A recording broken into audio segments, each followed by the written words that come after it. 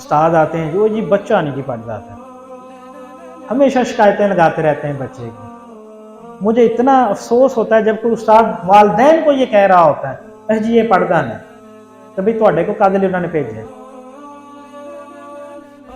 ये बिल्कुल वैसी बात है जैसे डॉक्टर कहे तो यार तू ठीक नहीं होता।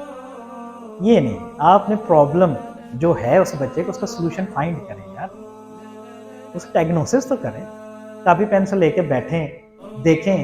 बस मैं एक सादा मिसाल देता हूँ, जो बच्चे की रीडिंग नहीं होती ये तो पढ़िया नहीं जाता, तो पता लग जाएगा कि मैं फर्स्ट हैंडल्ड क्लास का टीचर जिसको क्लास के सारे मसाइल का कहीं से सुना हुआ नहीं, किसी से पढ़ा हुआ नहीं, 15 साल के टीचिंग एक्सपीरियंस से आंखों देखा हाल और बराह रास्त वास्ता है, ये चीज को रीडिंग नहीं आती। फोन की करिए, कुट्टो जी नू फड़ के ठीक हो जाएगा। यार देख लें, हो सकता है उसे बेचारे को हरूफ तहज्जी ना आते हों, तो पूछ लें, ज़रा सुन लें हरूफ तहज्जी, कटवे अंदाज में पूछ लें उससे।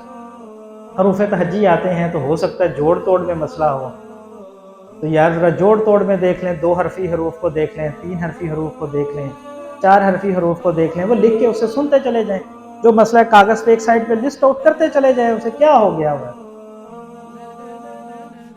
अच्छा जी वो हो गया, अच्छा जी चलें जी अब 2 हरफी भी हरूफ पढ़ लेता है, 3 हरफी भी पढ़ लेता है। अच्छा यार हो सकता है हरूफ के मजमूए में एक मजमूए को दूसरे यानी एक लफ्ज़ को दूसरे लफ्ज़ के साथ मिलाने में प्रॉब्लम होगी, यानी वो सेंटेंस बनाने में दिक्कत महसूस कर रहा, जुमला बनाने में। आप वो देख लें, वहाँ तो नहीं प्रॉब्लम है, उनको नोट कर लें। जो जगह कमज़ोर है वहाँ पे मेहनत करें, आप देखिएगा अगले दिन रिजल्ट पैदा हो जाए। ये उसको शिकायत लगा, उसको शिकायत लगा, ये क्या काम है।